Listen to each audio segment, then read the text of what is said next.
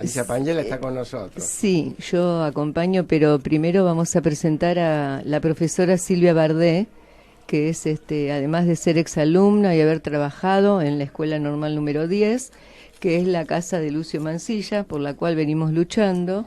Además es la presidenta de la Junta de Estudios Históricos de Belgrano, que también, de paso, vamos a avisar que están organizando el acto por el 17 de agosto, aniversario de San Martín. Bueno, Silvia. Ah, Silvia está en línea. Sí, estoy en línea. ¿Qué tal, Silvia? Mucho gusto. Buenos Hola, días. ¿qué tal? ¿Cómo estás? Silvia, ¿podrías contarnos un poco de la historia de Belgrano y su importancia desde el punto de vista Sí. Bueno, histórico? Belgrano es un barrio que tiene identidad propia. Y esto nace en el año 1855. Ustedes saben que Buenos Aires, la provincia de Buenos Aires, estaba dividida en partidos. El más grande de todos era el de San José de Flores, que a su vez estaba dividido en cuarteles. Uno de ellos, más precisamente el número 4, comprendía parte de los actuales barrios de Palermo, Belgrano, Núñez, Saavedra y Chacarita. Un 19 de octubre del año 1855, un grupo de vecinos del partido de San José de Flores hicieron una presentación formal ante el ministro de Gobierno Valentín Alsina, manifestando que debido a que la población había crecido muchísimo en ese partido, se hacía indispensable su división. Los terrenos elegidos se encontraban en un paraje que anteriormente había pertenecido a Juan Manuel de Rosas y que se lo llamaba La Calera. ¿Por qué? Porque había unos yacimientos de cal, que es en las barrancas de Belgrano, que habían sido explotados por los franciscanos. Bueno, la cuestión que la petición fue acogida favorablemente y el gobierno porteño resolvió el 23 de noviembre de 1855 fundar un pueblo con el nombre del creador de la bandera, de Belgrano. Los límites, fíjense en ustedes cuáles eran, muy cortitos, muy chiquitos, porque eran las calles 11 de septiembre, La Pampa, Kramer y Monroe. Lógicamente con los años esto fue creciendo y a su vez también se fue achicando porque alrededor de Belgrano van a surgir los otros barrios que todos conocemos, que son Coglan, Chacarita, Villa Urquiza, Palermo. Actualmente podemos decir que dentro del barrio de Belgrano hay zonas bien diferenciadas, como pueden ser la zona de Belgrano C, la zona de Belgrano R, el Bajo Belgrano, que ahora lo conocemos como Belgrano Chico, el barrio River y vamos a agregar el barrio Chino. Que es una nueva creación, es una creación nueva el barrio chino. Sí, es lo último que tenemos en el barrio chino. ¿Está? Sí. Bueno, como vos bien decías, hiciste una muy buena referencia a la importancia del barrio de Belgrano, porque evidentemente fue capital de la nación en el 80, después de la revolución. ¿Qué va a pasar? Avellaneda se va a quedar, porque en realidad durante la revolución del 80 estaba el Congreso en lo que hoy es el Museo Sarmiento, que era la municipalidad, y todas las autoridades se habían trasladado acá a Belgrano, y Avellaneda había decretado que Belgrano era la capital de la nación. Bueno, después de la lucha en la cual las tropas provinciales van a perder esta revolución y Tejedor renuncia, igualmente Avellaneda se va a quedar un tiempo más. Y el 24 de agosto va a presentar el proyecto de ley por el cual se declaraba ya la capital de la República, que era lo único que nos faltaba, porque teníamos todos menos la capital. Ya en el 53 habíamos jurado la Constitución. Bueno, la cuestión que el 21 de septiembre de 1880 el Congreso aprueba esta ley ratificada posteriormente por la legislatura porteña, y este hecho marca la iniciación de un periodo definitivo, porque ya la República va a contar por fin con su propia capital estable y definitiva. Todo divino. ¿Qué pasó con Belgrano? En el año 1882 el presidente de la Comisión Municipal solicita al gobierno de la provincia de Buenos Aires que el pueblo fuese elevado a la categoría de ciudad. Entonces se convierte en una ciudad de la provincia de Buenos Aires. Bueno, ¿qué fundamentos ponen? Es que había progresado notablemente el pueblo, y es verdad, porque desde su fundación tuvo una impronta de crecimiento impresionante en todos los aspectos. Pero ¿qué pasa? En el año 1887 el municipio porteño va a ampliar sus límites. Es por eso que la provincia acorda ceder los partidos de San José de Flores y Belgrano a la nación. Entonces, con esto Belgrano quedó incorporado a la ciudad de Buenos Aires como un barrio más porteño. O sea, por eso decimos, fue capital de la nación, sede de las autoridades nacionales, ciudad de la provincia de Buenos Aires, para convertirse en un barrio porteño. Una pregunta, Silvia, porque esto es importante. Belgrano, con esa tradición histórica, ¿cuáles son los puntos que vos podrías decir que son los más importantes, los que marcan su característica? Bueno, hay uno que fue fundamental y que ya, bueno, más o menos se ha estado perdiendo, que eran las residencias que tenían Belgrano.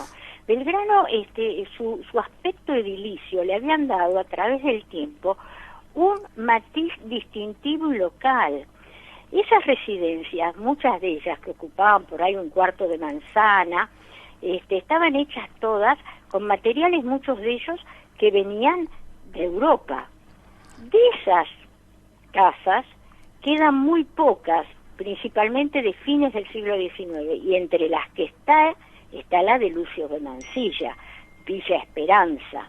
Estamos donde funcionó la Escuela Normal número 10 de Maestras, desde el año 1916 hasta el año 1982. Y decime en ese sentido, la casa de Mansilla, que fue la sede del colegio ¿no? Sí. Del Normal, ¿qué sentido tenía para el pueblo de Belgrano, o para la ciudad de Belgrano? Bueno, ya en 1916 era un barrio, ya. Sí. Bueno, yo creo que todos los que pasamos por esas aulas hemos adquirido una impronta que nos caracteriza donde vamos, ¿no? Era un orgullo ser egresada o estudiar en la Escuela Normal número 10 de Maestra, porque aparte era escuela modelo. Yo te voy a contar una cosa. Yo tengo 2 carreras hechas terciarias. Las 2 carreras son docentes. Y la formación que me dio la Escuela Normal número 10, que me pongo de pie cada vez que la nombro, no me la dieron las otras 2 carreras, que son carreras superiores. ¿Te das cuenta? Es decir, que es un elemento identitario de Belgrano, ¿no es cierto? Sí, por favor. Yo te digo una cosa, y por ejemplo, mi hermana también es egresada y tengo muchas amigas que son egresadas de ahí. Te puedo asegurar que pasamos por la puerta y es una emoción que sentimos. Se ha luchado tanto por esa casona. La casona, perdón, Silvia, ¿la casona sigue perteneciendo a la familia Mansilla?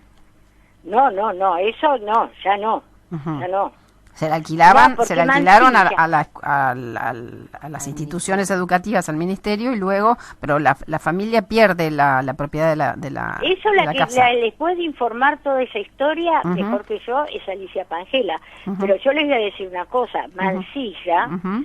vivió no mucho tiempo en Villa Esperanza, Uh-huh. y en el año 1915 es la familia Panelo Uh-huh. la que compra la propiedad Uh-huh. y se la alquila. En ese momento era el Consejo Nacional de Educación. Claro. Y ahí empieza a funcionar la Escuela Normal número 10 de Maestra, que ya había estado empezado a funcionar en donde ahora está el Normal 6, pero en el turno de la tarde. Bueno, tenemos un panorama de cómo se inicia la historia de ese edificio paradigmático que seguramente sí. tiene el espíritu de aquel primigenio barrio que fue capital de la República, ¿no? Sí. Bueno, es cierto. te agradecemos mucho la introducción para que conozcamos cómo fue gestándose esa institución tan importante, Sí. que funcionó y que dio identidad a Belgrano, y que generó también toda una camada muy importante que a lo largo del tiempo de los exalumnos de ese colegio. Te agradecemos mucho y en algún momento te vamos a volver a llamar. Yo les agradezco mucho y estoy a las órdenes de ustedes para cuando quieran, llámenme. Que Gracias, es un placer Silvia. hablar con ustedes. Gracias. Bueno, gracias, buenas tardes. Buenas Hasta tardes. luego. Bueno, a ver, contanos un poquito qué está pasando hoy con la Casa Mansilla. Sí, yo antes quería decirles que si puede salir al aire la profesora Zulé, que la tenemos ahí, que ella, además de ser exalumna, ha sido, empezamos como docente, hemos sido compañeras, compartido cursos de primaria, después ella siguió secundaria, terciaria, para que nos cuente algunas vivencias y recuerdos de la casa. Y después yo retomo con lo último, que sería la gestión y lo que estamos pidiendo por esta casa, por su recuperación. Así que, bueno, acá igual quiero señalar algunas cosas que ocurrieron. Alicia se presentó hace ya muchos años atrás, casi 20 años. 20 años, en la Defensoría del Pueblo de la Ciudad de Buenos Aires, que en ese momento era Contraloría General Comunal, todavía no era la Defensoría del Pueblo, y presentó una queja respecto de lo que estaba ocurriendo, que era que iba a ocurrir una demolición de un monumento histórico, que no estaba declarado tal, pero que era realmente un monumento histórico. Y en ese momento la Defensoría del Pueblo inició una serie de medidas, incluso de carácter judicial, que evitaron la demolición. Luego esto tuvo una trascendencia muy importante y bueno, se llegó hasta que ser declarado un monumento por ley de la Nación.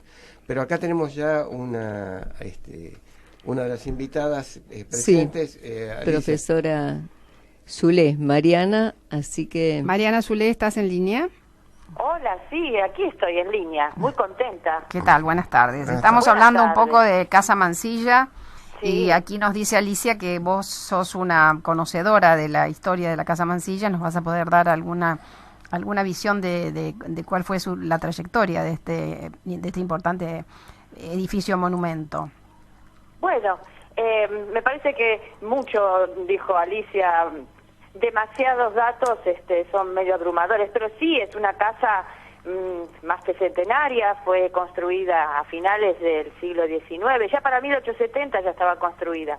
Yo soy una alumna, una alumnita, una profesora que pasó por esas aulas, y esa casona tiene historia, fue por poco tiempo, pero sí, fue la casa de Mansilla.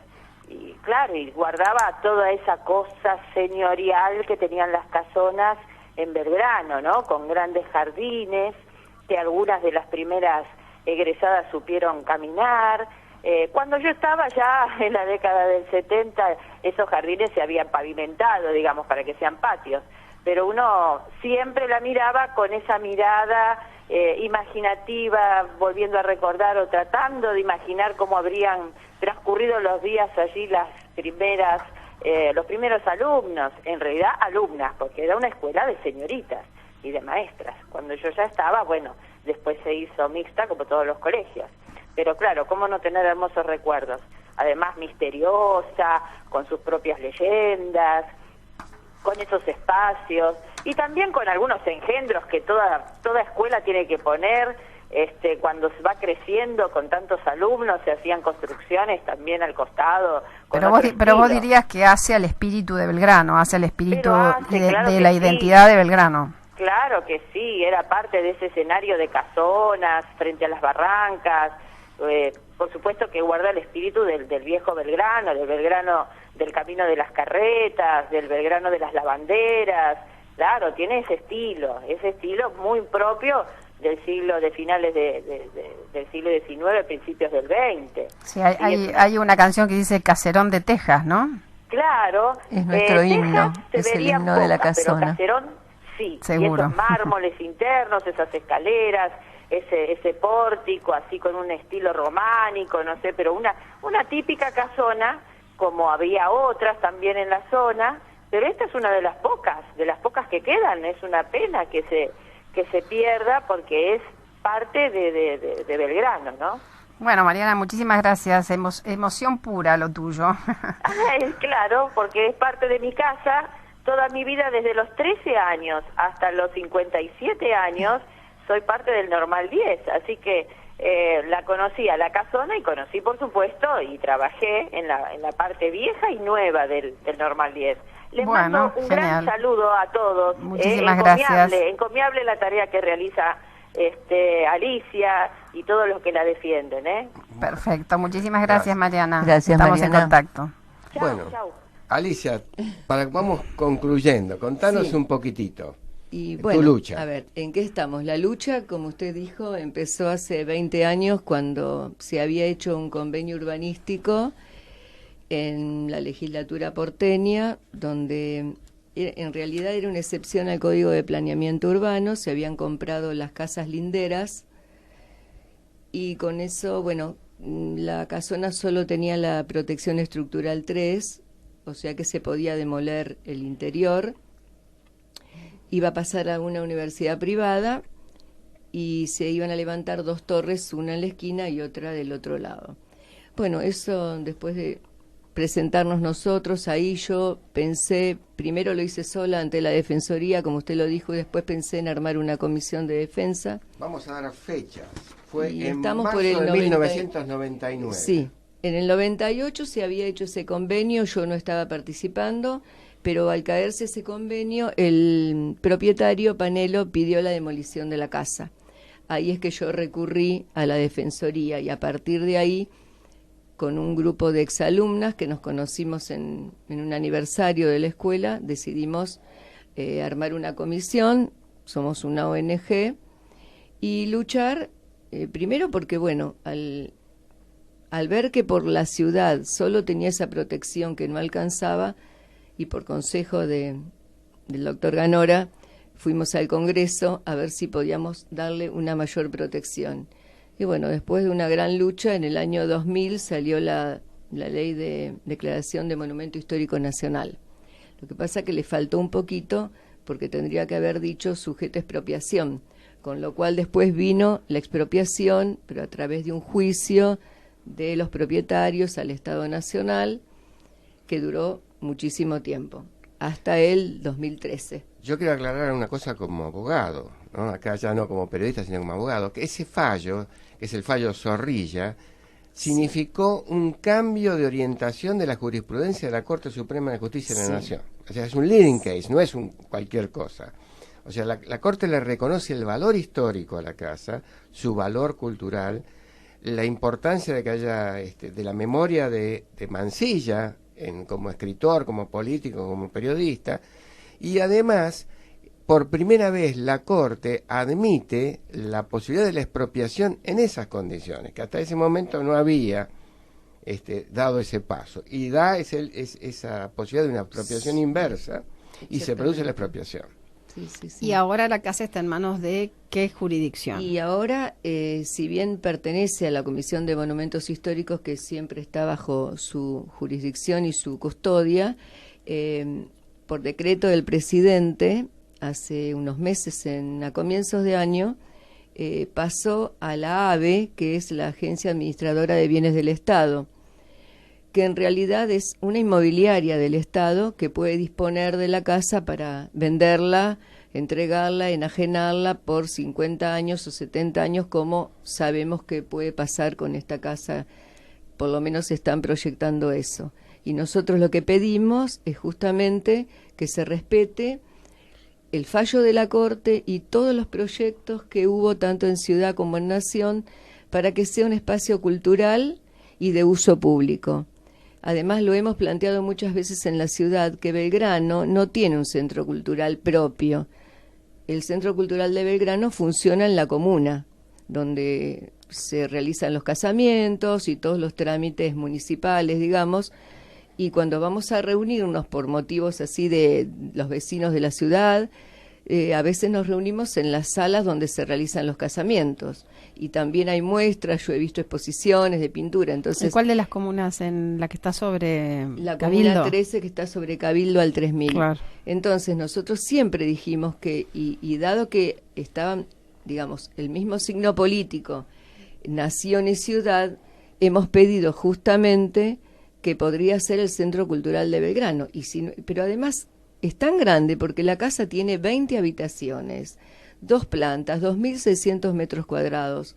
Hace un año me convocaron porque se iba a instalar el Museo Nacional de Arte Oriental y me convocaron para participar. Había venido un arquitecto británico.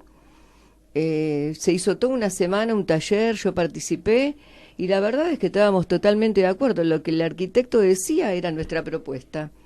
Después pasó que no hubo dinero para hacer el Museo de Arte Oriental y ahora se entrega a la AVE, que es lo que nosotros vamos a resistir porque queremos que se respete el espacio cultural y el uso público, que sea una casa para todos. ¿Y esto han hecho algún tipo de presentación en la legislatura porteña? Sí, al comienzo sí. Ahora, como estamos con la Comisión de Monumentos Históricos y la AVE, todo esto pertenece a Nación, siendo Monumento Histórico Nacional. De todos modos, vamos a ver si tienen la declaración de APH. Lo que pasa que al ser Monumento Histórico Nacional es la máxima protección que tiene la casa, entonces se debería respetar eso también. Y lo que la AVE ha pedido a la Comisión de Monumentos es demoler partes originales de la casa y también le permiten modificar el interior, bajar techos y demás, con lo cual ya se pierde el espíritu de la casa y la estructura original. Solamente quedarían las magnolias. ¿Qué significa AVE? AVE es Agencia Administradora de Bienes del Estado. O sea, es la misma empresa, agencia. Nosotros estuvimos reunidos con ellos, estuvimos justamente en el edificio de la AVE, donde hablamos, y ellos, cuando le propusimos, le dijimos que queríamos que fuera cultural, cuestionaron el tema, porque así dicen que es muy difícil que alguien haga aportes o la quiera comprar. Bueno, nosotros pedimos ayuda para la restauración, que es lo que nos prometieron cuando cambió la gestión. Nos presentamos y nos dijeron que sí, que iban a restaurarla, o por lo menos que iban a empezar algunas reparaciones de filtraciones. Nunca se hicieron.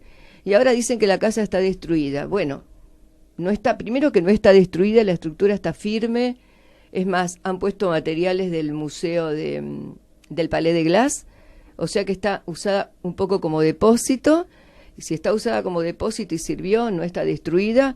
Y si se llueven los techos y no, es porque no la arreglaron. Entonces, claro, a ver, Alicia, o sea, como yo no conozco a fondo todo lo que ustedes están relatando, al verlo de afuera tengo una visión un poquito más objetiva de la situación. Y por lo que usted describe, ustedes tienen una declaración de parte de Nación que le ha dado intervención a esta AVE, Agencia Administradora de Bienes del Estado, pero a su vez ustedes pretenden que la casa sea considerada un espacio cultural para el barrio de Belgrano. Sí, público. Que me parece perfecto. El punto es que ahí no es la jurisdicción nacional la que debiera declarar esto de esta manera. Por eso le preguntaba que si ustedes están operando con la gente de la Defensoría del Pueblo, sería muy interesante que aquello que logren con la Defensoría del Pueblo lo presentaran en la comisión que corresponda de la legislatura porteña, sí, para que sea la legislatura porteña la que asuma en todo caso el darle la calidad de centro cultural a ese espacio. Sí, ya tendríamos hecho. Dos jurisdicciones. Claro, digamos, lo hicimos en su momento y bueno, no se concretó, pero de todos modos ahora vamos a volver otra vez por la ciudad, porque la ciudad, cuando se hizo la reunión por el tema del Museo de Arte Oriental, había gente también de ciudad muy interesada, porque hablaban de la conexión con las escuelas para que sea, porque el proyecto del arquitecto británico era muy interesante, como tiene 2 entradas, es una cuadra, entonces hacer un paseo. Obviamente, por lo que ustedes describen, sería un lugar emblemático también, para que las en la ciudad de Belgrano, ¿no? Y como en la escuela nuestra, en el Normal 10, en el edificio nuevo, hay muchos alumnos de origen chino, porque está muy cercano al barrio chino. Seguro. Era muy interesante. Y nosotros, a pesar de que era el Museo de Arte Oriental, al principio hubo un poco de resistencia, porque pensábamos que nos hubiera gustado más el proyecto de la gestión anterior, que era el Instituto Dorrego, que se disolvió. Que tiene mucho más que ver para clarificar algunos aspectos, no específicamente de la Casa Mansilla, sino a título general, de qué es lo que sucede en la ciudad cuando algo es declarado patrimonio histórico y cultural. Vamos a llamar a una conocedora del tema, que es Silvia Cosentino Riquet, que es de la Dirección General de Patrimonio, Museos y Casco Histórico de la Ciudad de Buenos Aires. Silvia, ¿estás en línea? Buenas tardes. ¿Qué tal, Silvia? ¿Cómo estás? Muy bien, aquí estoy. Bueno, aquí estamos tratando de entender un poco cuál es la situación de la Casa Mansilla. Entiendo que Casa Mansilla tiene una declaración de monumento de parte de la Nación, pero contanos un poquito vos, que si bien vos pertenecés a la Ciudad Autónoma de Buenos Aires, desde la Ciudad Autónoma de Buenos Aires, ¿cómo subsanan estas situaciones para, en todo caso, que esta gente que está muy interesada en preservar el patrimonio de la Casa Mansilla pueda recurrir a ustedes, se pueda recurrir a la jurisdicción local, ¿no? Bueno, en principio la Casa Mansilla está también protegida por la ciudad, pero tiene el Estado Nacional es su propietario, con lo cual quien tiene el deber de conservar el edificio es el propietario. Si bien el gobierno de la ciudad da facilidades para que esas propiedades que están declaradas y protegidas por la ciudad puedan llegar a una intervención de conservación, no es nuestro entender. Ahora, la ciudad de Buenos Aires tiene líneas de ayuda como el mecenazgo, donde el propietario podría presentarse con un proyecto para que la ciudad, a través de este programa donde se presenta un mecenas y donde después hace una descarga de los ingresos brutos, la ciudad se hace cargo de esa intervención. De hecho, hay muchísimos edificios que se están haciendo desde el año 2004 de esa manera. Pero digamos que Nación debiera presentarse. Se podría dar. Pero es Nación, que es el propietario, quien debiera presentarse, quien debería solicitando el mecenazgo. Claro, pero digamos, está bien que sí lo haga si no tiene dinero. Ahora, el Estado Nacional tendría dinero como para hacerlo, entonces habría que ver otra figura. Claro, cómo eso se puede encauzar, ¿no es cierto? Porque por lo general los mecenazgos son para propietarios privados. Claro. Y en este caso estamos hablando de un Estado Nacional que ya tiene seguramente algún proyecto que desconozco, pero que digamos tendríamos que ver por ese lado, ¿no? ¿Qué proyectos se tienen al respecto? Entiendo que hay edificios protegidos y hay distintos niveles de protección, ¿no? Una cautelar, otra estructural, otra integral. Y en esos niveles de protección uno puede, lo mismo el propietario puede vender, puede enajenar el inmueble. Sí. O sea, existen 3 niveles de protección. Como dijiste, el inicial, que es el cautelar, el más bajo, un intermedio que se llama estructural, y uno es el más alto, integral.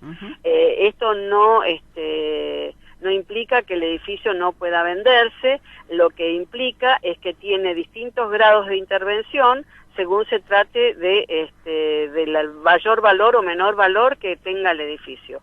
Cuanto más valor tiene, la intervención es menor, o sea, una intervención más respetuosa, que podríamos llamarla restauración.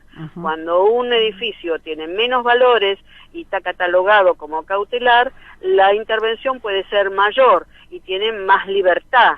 Puede haber ampliación, puede haber modificaciones, digamos, hay también grados, ¿no?, de intervención que deben pasar por por el CAP, que es la comisión que estudia estos casos y que define si se le otorga o no se le otorga esos grados de intervención. Perdón, buenas tardes. Mi nombre es Mario Ganada. Soy el co-conductor de este programa, ¿no? Junto con Liliana. Yo estaba viendo la Constitución porteña, que en el artículo 32 dice: esta Constitución garantiza la preservación, recuperación y difusión del patrimonio cultural, cualquiera sea su régimen jurídico y titularidad, la memoria y la historia de la ciudad y de sus barrios. Es decir, que el gobierno local, en merced a esta disposición, aunque el titular del inmueble sea el gobierno nacional, estaría facultado y tendría la obligación de garantizar que esto no llegue a un estado de deterioro tal que sea casi la necesidad de una demolición, ¿no es cierto? No, por supuesto, por supuesto.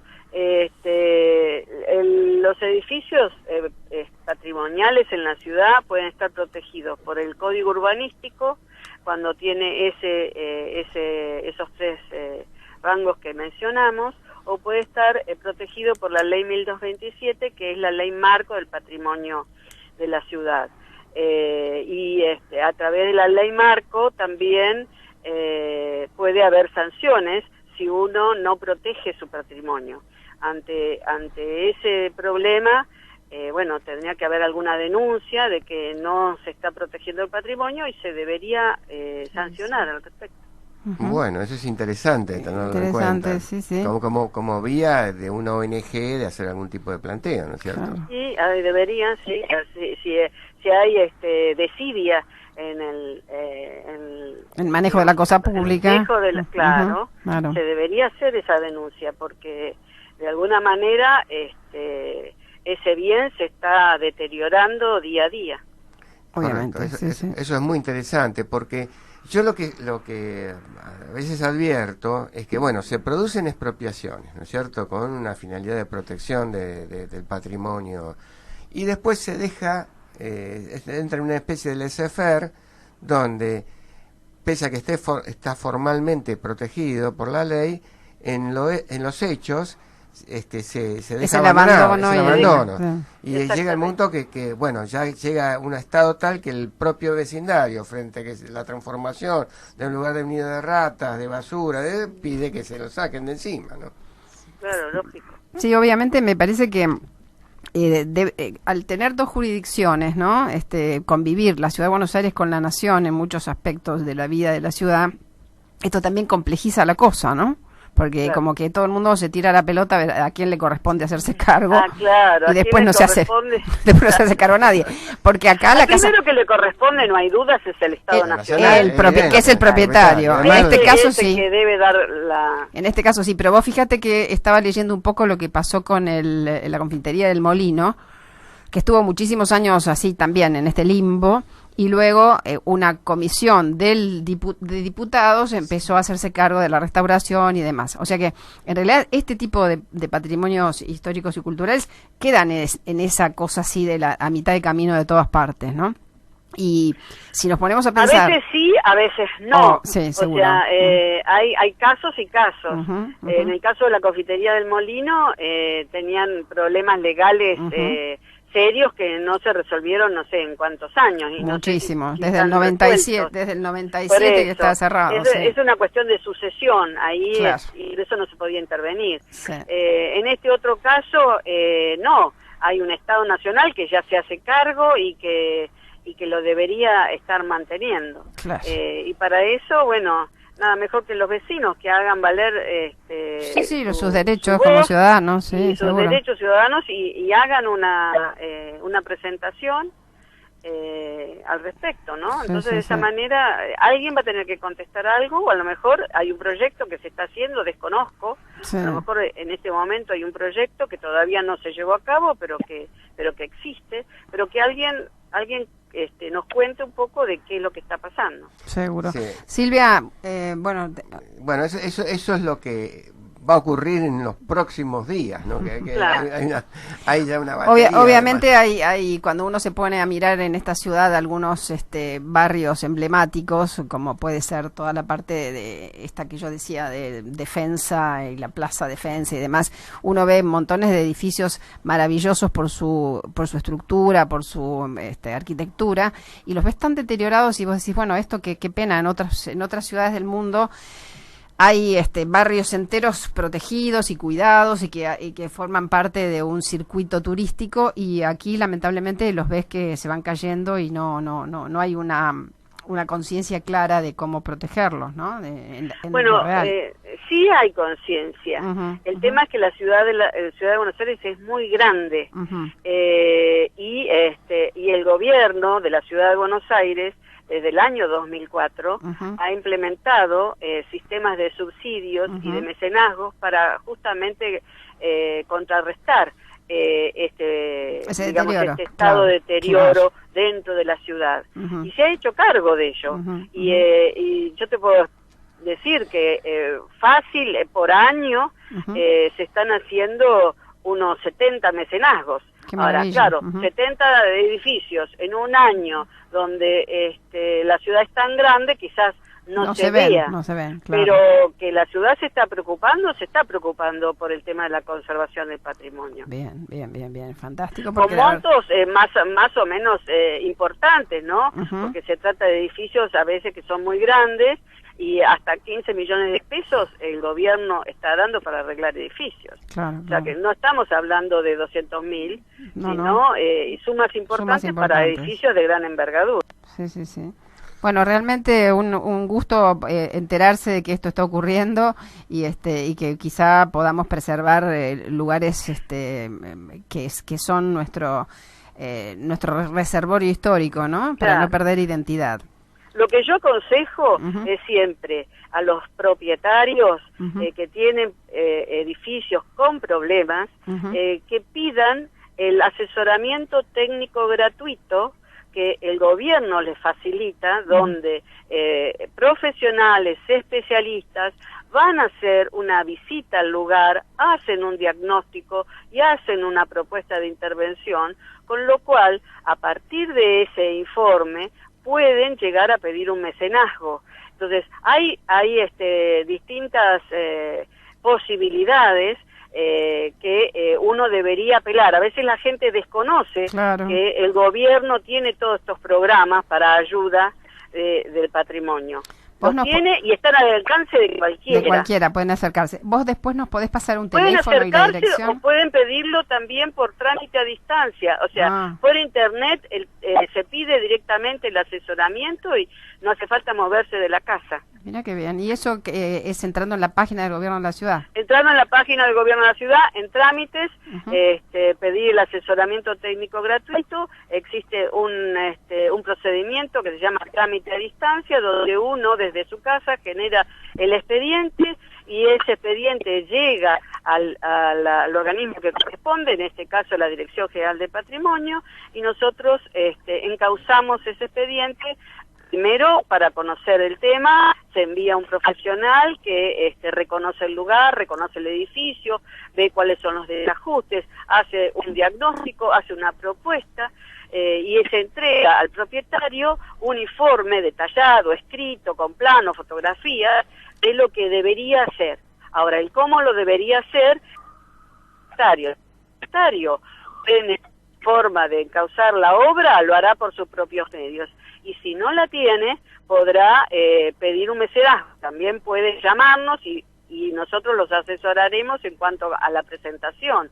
O sea, eso desde ya siempre está todo al alcance del vecino y es todo gratuito. Perfecto, la verdad que es sorprendente, nos encanta que nos des tan buenas noticias. Bueno, gracias Silvia, estamos en contacto. Gracias, hasta la próxima. Gracias. Hasta la próxima, gracias. Bueno, bien, quizás sea una buena noticia. Una posibilidad. Lo que pasa es que yo quería aclarar que si bien pertenece al Estado, en este momento la Comisión de Monumentos ya nos dijo que no tienen nada que ver con la casa, solo la custodia por ser monumento histórico y por la ley que los protege, porque ya está en manos de la Agencia de Bienes del Estado, que es una inmobiliaria, y que ya fueron y están yendo muy seguido a ver el predio.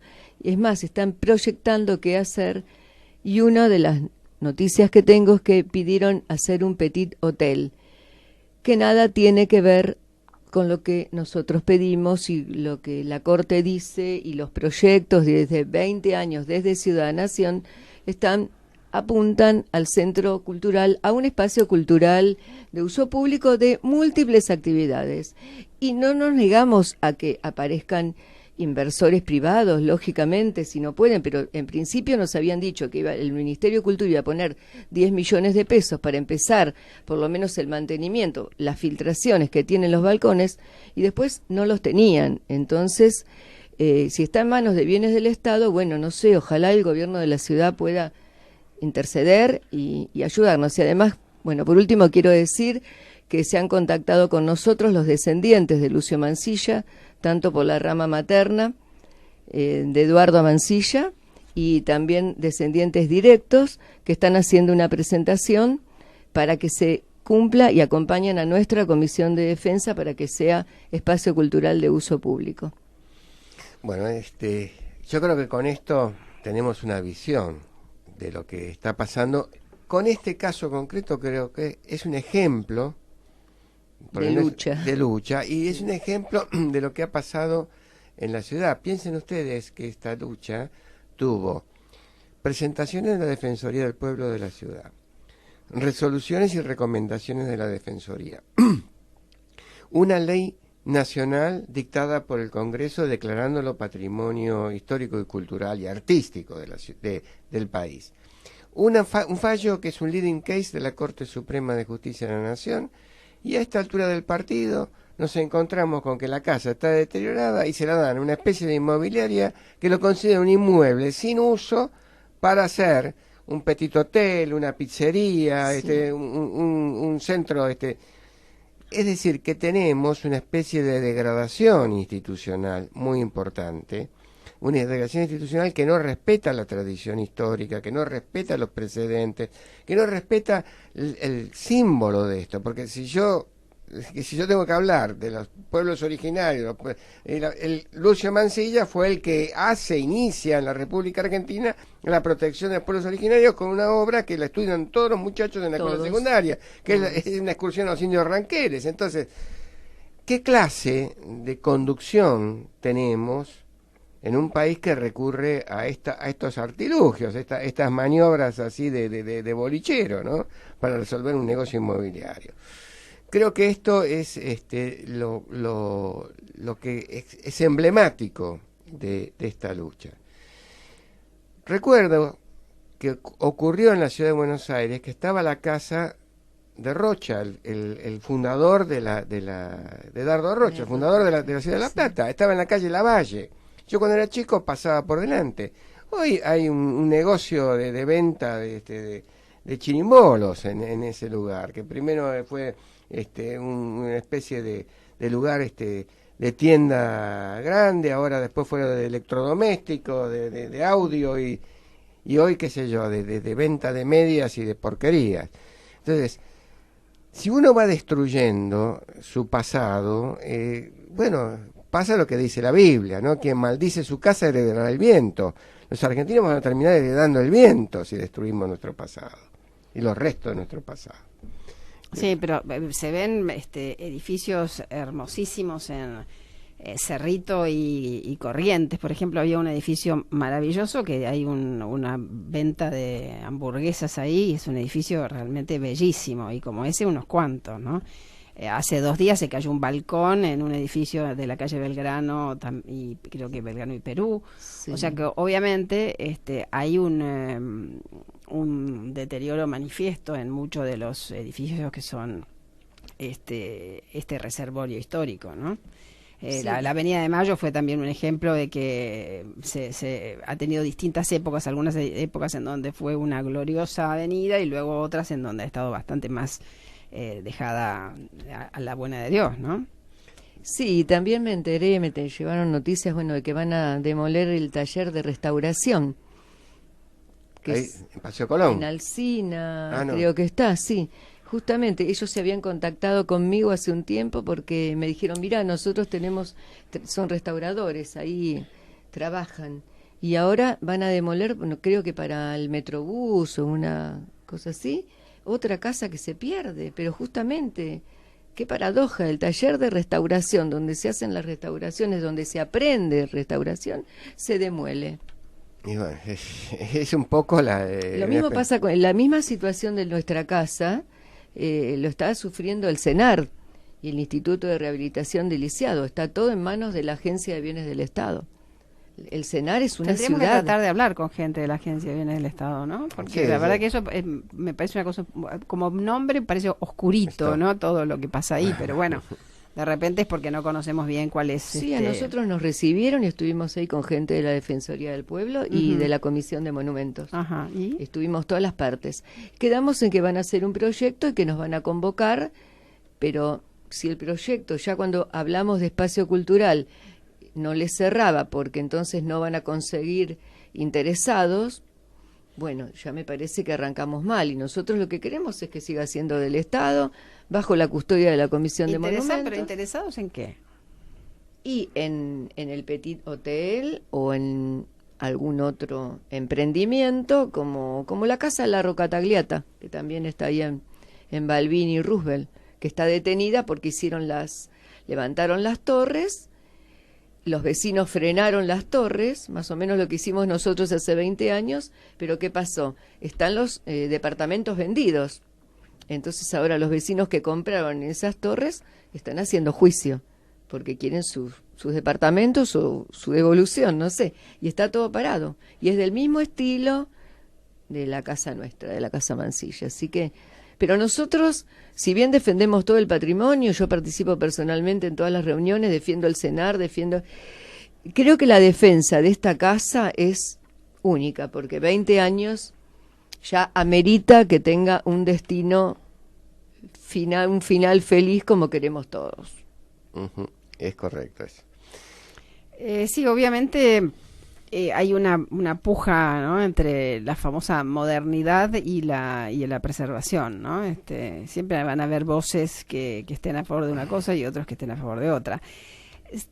Hubo un hecho bastante conmovedor, que fue la destrucción de aquel jardín que tenía es que estaba delante de la embajada de Francia, ¿te acordás? Sí, que había un el caso de Alsagunzuera. Claro, sí, que es donde se hizo el hotel y demás. O sea que bueno, obviamente hay siempre va a estar en pugna intereses de más poderosos que lo que tiene que ver con la preservación de la historia, ¿no? Bueno, para recordar un poco el tema cultural y aflojar, ¿por qué no oímos un poco a Mozart para despedirnos? Bueno, muchas gracias por venir. Gracias a ustedes por el espacio y fue muy linda la nota. Espero que tengan un buen resultado, que lleguen a un final feliz. Eso esperamos. Hasta la próxima.